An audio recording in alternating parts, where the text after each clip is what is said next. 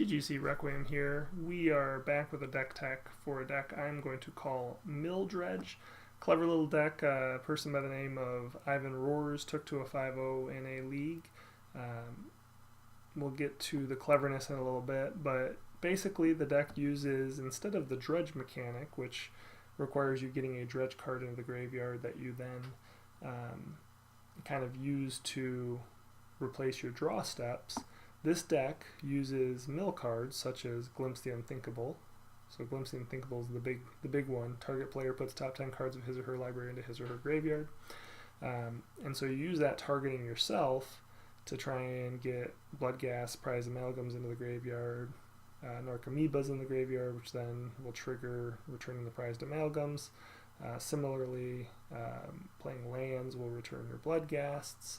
And so the hope is that you can get a lot of these cards in the graveyard really quickly and then out of the graveyard and attacking. So, you're probably used to all these cards from Dredge. Basically, Narcomoeba has the benefit of when it's put into the graveyard from your library, you may put it onto the battlefield. Prized Amalgam says whenever a creature enters the battlefield, if it entered from your graveyard or you cast it from your graveyard, return Prized Amalgam from your graveyard to the battlefield tapped at the beginning of the next end step. So whenever Prized Amalgam's in the graveyard, if you get an Narcomoeba to hit off of a mill, it goes to the battlefield. That will trigger Prized Amalgam to return at the next end step. Similarly, they have a card, Rotting Rats. When Rotting Rats enters the battlefield, each player discards a card, and then it has Unearth, which allows it to cast it from the graveyard, which is another way to trigger Prized Amalgam. Bloodghast also triggers Prized Amalgam. The cool thing about these decks, or the Dredge decks typically, is you kill creatures that just keep recurring. They keep recurring because they keep finding their way back from the graveyard. Rotting Rats helps in another way because, again, with Dredge, if you draw these cards, you got to have ways to get rid of them. So Collector Brutality and Rotting Rats both give you discard outlets to discard your prized amalgams and or Bloodghast so that you can recur them from the graveyard to recur your prized amalgams. The other thing that the deck runs, instead of Glimpse the Unthinkable and Breaking Entering, where you can't really see Breaking Entering, but the left half of Breaking is just basically target player puts top 8 cards of his or her library into his or her graveyard. Entering, you could basically just ignore. It's never being cast in this deck. But basically, these are the top mill cards for 2 mana. Well, you also have Hedron Crab, which is a 1-drop 0/2 creature with landfall. Whenever a land enters the battlefield under your control, target player puts the top 3 cards of his or her library into his or her graveyard. And so you play this turn 1, turn 2, you play a fetch land, mill 3 cards into your graveyard, crack the fetch land, mill 3 more cards into your graveyard, get this process going. So these are the mill cards: Hedron Crab, Glimpse the Unthinkable, Breaking. And then you also have Ipnu Rivulet, which is a new Hour of Devastation desert land, which taps for colorless, or you can pay 1 life and add blue to your mana pool. You also have an ability of 1 and a blue, sacrifice a desert, target player puts the top 4 cards of his or her library into his or her graveyard. So another mill card. Oboro, Palace in the Clouds, also kind of has a valuable addition, and you can use it. It's legendary land, enters the battlefield, you can tap it to add blue, but you can also pay 1 to return it to your hand. Well, if you have a Hedron Crab, you can pay 1, return to hand, and play it if you hadn't played land for turn. It's a way to continuously hit land drops to keep milling with Hedron Crab, which again helps recur your engine. Ghost Quarter can also be used in a similar way.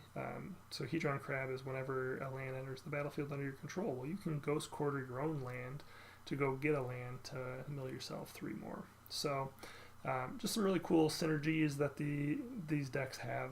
Visions of Beyond is just a blue cantrip, draw a card. If graveyard has 20 or more cards in it, draw 3 cards instead. So if you get yourself to have 20 cards in the graveyard, it's a draw 3. So again, it's almost like reverse Dredge, right? Where Dredge is trying not to draw cards once the game gets going and wants to just use the Dredge mechanic to put a card back in their hand and mill cards from the graveyard that way. This deck is using legitimate mill cards to, and allows itself to keep drawing cards and has, you know, legitimate card draw, and really Visions of Beyond is like potentially at points as good as Ancestral Recall, which is ridiculous. So beyond that, the deck also runs a couple Gurmag Anglers because you're gonna get a pretty big graveyard, and so you're gonna be able to delve pretty quickly. It also runs Cryptic Command, which, you know, is just a phenomenal spell in general. Gives you the ability to do 2 of 4 things: counter target spell, return target permanent to its owner's hand, tap all creatures your opponents control, and draw a card.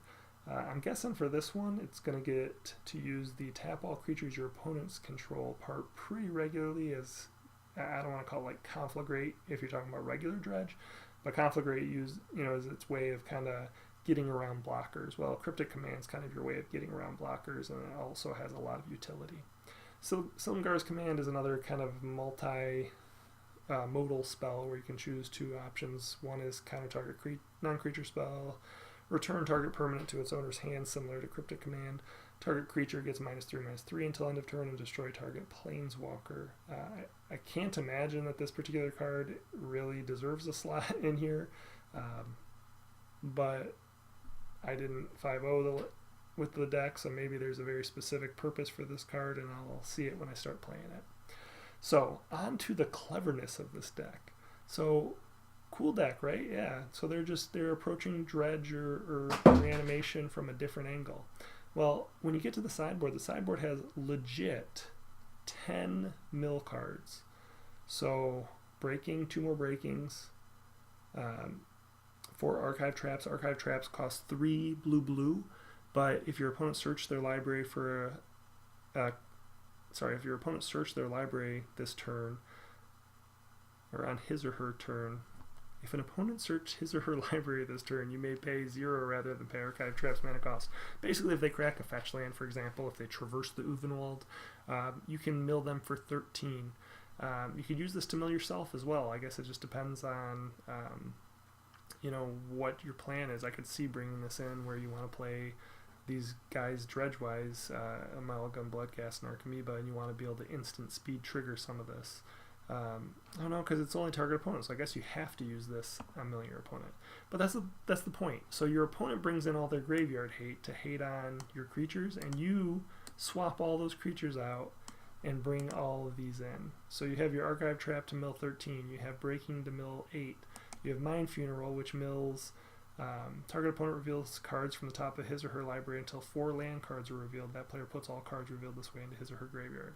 So sometimes this is a mill 4, but sometimes this is a mill 27, It depends, and the closer it gets to the end of the game, the more that's been milled, the harsher this is. Surgical Extraction, so when you start milling your opponent, you can really go after whatever cards that are a risk or a concern. So maybe you mill your opponent, and then after you start milling your opponent, you see the Tarmogoyf. Tarmogoyf is going to get really big when you mill a bunch of cards, so you surgically extract it, and then your opponent is really pinched on being able to do enough damage to you fast enough to close it out. Grafdigger's Cage, just because there's certain decks like Storm that are very difficult to require a card like this. Against Dredge itself, it's very good. And what would be the other one? Collected Company, Counter Company type decks. Now, this Ivan Roar's person played 4 Surgical Extractions, and I'm not saying that is wrong. I don't have a 4th Surgical Extraction, so I'm playing Snapcaster Mage here.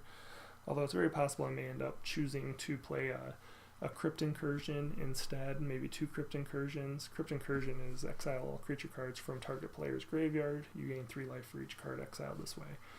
And again, this is just a really powerful card to help fight aggro out of these style decks. So pretty cool deck, pretty clever, pretty excited to play it. So we'll try and get some recordings out there for you. I don't know if I'm going to do a league with this one. I want to kind of play around with it first and just see what it's like, but hopefully you enjoy.